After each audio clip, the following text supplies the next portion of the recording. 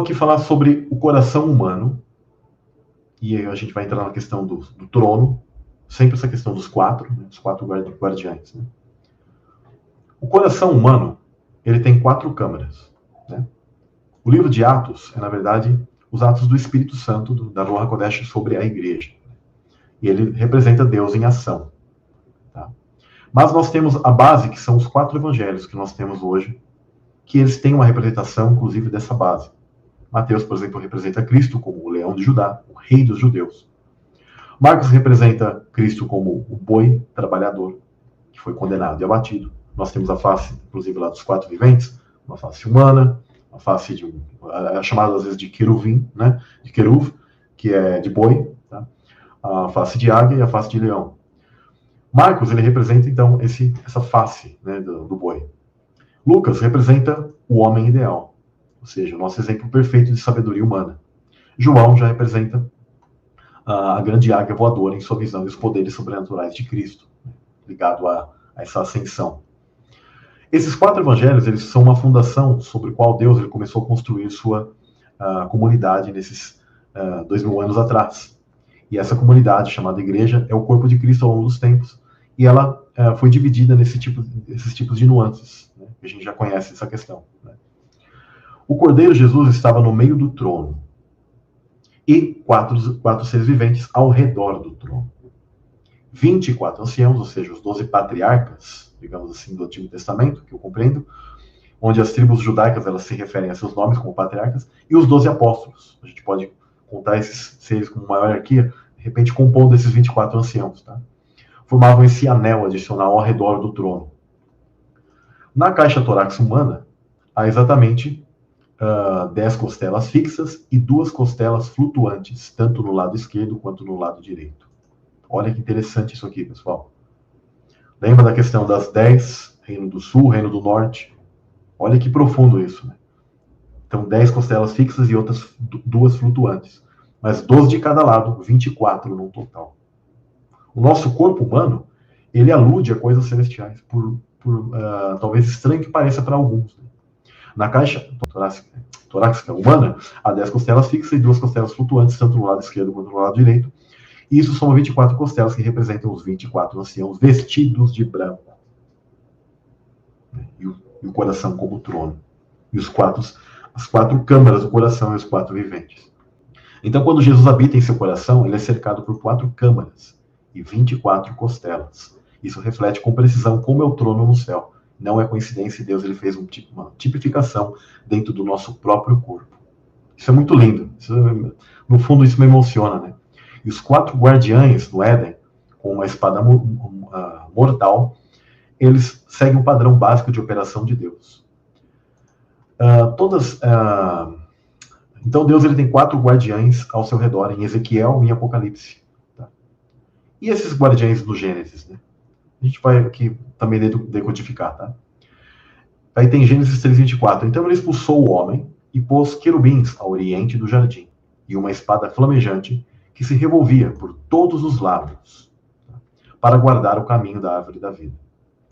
Esses querubins são os guardiães, anjos especiais que estão ao redor do trono de Deus. Em outras passagens, você consegue identificar que eles são chamados serafins. Então, os querubins e serafins são a mesma tipo de função, quase. Né? Só que quando o anjo ele está exercendo o sacerdócio, ele era entendido pelos hebreus como serafins. Quando esse mesmo anjo guardião ele está exercendo a guarda, eles são chamados de querubim. Tá? Por isso que você vai conseguir ver que os querubins de Ezequiel, uns têm 4 asas. Só que os querubins que estão lá no trono do Apocalipse, eles possuem 6 asas. E quem possui 6 asas, nas passagens do Velho Testamento, você vê que são os serafins. Então são querubins serafins? Querubins serafins. Que eles, tipo assim, mudam suas funções de acordo a isso que eu estou falando. Quando exercem sacerdócio, são chamados serafins e ficam no alto do trono. Quando estão ao redor do trono fazendo uma proteção, a Escritura os chama de querubins. E existem outros querubins de menor hierarquia, já com 4 asas, que ela também chama de guardiães, etc. Tá? Só para vocês compreenderem essa questão. Tá bom? Bom, dando continuidade. Então, eles também, há um querubim protegendo a árvore da vida, por todos os lados. Em 2 Reis 19:15 diz: Ezequias orou perante o Senhor e disse: ó Senhor Deus de Israel, tu que habitas entre os querubins. Olha que interessante. No Éden, esses querubins estavam ao redor da árvore da vida. Essa não é uma árvore comum, pois não podemos obter vida eterna comendo qualquer fruta. Mas desta, ela proporciona vida eterna àqueles que a comem. Um exemplo disso é que as coisas vivas mais longas que temos na Terra, podemos decodificar de maneira arqueológica, são árvores. Os pinheiros, por exemplo, alguns pinheiros na América, são datados com cerca de 4.500 anos de idade. Lembrando que essas datações, muitas vezes, elas são falhas, tá, pessoal? Só que através da questão magnética que produz, quando você corta um tronco de árvore, você vê que ela tem uma impressão muito parecida com a nossa digital, porque também é magnético. Nós somos colocados aqui neste mundo com frequência, e por isso que nós temos uma frequência única na nossa digital, mostrando que somos colocados aqui de maneira magnética. As árvores também possuem esse fluxo magnético, que a gente consegue contar a idade dela, né? Então, da árvore é mais preciso, não é como as datações de carbono, coisas do tipo que falham em alguns aspectos. Então, Deus usou uma árvore também para mostrar, e no mundo celestial, né, que simboliza aquilo que tem um fruto que dá a vida eterna. Assim como as árvores são vivem muito, né, a mesma coisa a gente percebe que tem elas aqui que na verdade são a sombra daquilo que é celestial, né? E aí é interessante que nós vemos que em Gênesis 3:22 diz: e diz o Senhor Deus, eis que o homem é como um de nós, que come o fruto do conhecimento do bem e do mal. Tá? E aí ele fala, é como um de nós. Por quê? Porque Deus e os anjos específicos comem do fruto, tá, do bem e do mal.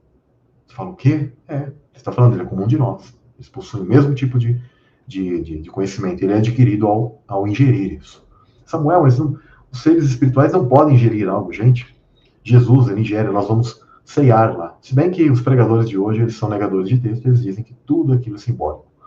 É como que se o céu, os seres apenas flutuam e ele não faz nada, ele não come, ele não interage, não aprende, só ficam flutuando. Mas como que a Escritura estivesse mentindo. A Escritura é mentirosa a todo tempo, né? Jesus é mentiroso, o Apocalipse é mentiroso. Sempre está falando de coisas, eles falam assim, não, mas é só símbolo. Mas, gente, todo símbolo possui uma literalidade. O símbolo está apontando para alguma coisa, que apenas aquilo pode ser um representativo, mas representa algo que é. Se está mostrando que come, é algo que é ingerido, é porque algo é ingerido. Algo é colocado para dentro. Né? E não neguem os textos. Agora, quando a gente não nega os textos, fica tudo em harmonia. Você fala, pô, come. E a gente aqui apenas... prestem bem atenção. O nosso mundo possui vários tipos de comidas, sabores, cheiros, sensações. E lá no céu os caras falam que nada acontece. Eu pergunto a vocês de uma maneira direta, assim, seria o nosso mundo super mais legal e interessante do que as coisas celestes? Lá é tudo parado, então? Tudo sem variedade, sem coisas do tipo como aqui? Claro que não, né? Lá é, sem dúvidas, muito mais que aqui. E aqui é só digamos assim, eu diria assim, o fragmento mais, inclusive, de nível mais baixo que nós temos das coisas celestiais.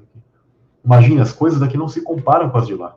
Imagine, então, os alimentos de lá, os sabores de lá, a fragrância de lá, as coisas celestiais, a variedade, o multiverso do Pai. O quão é incrível.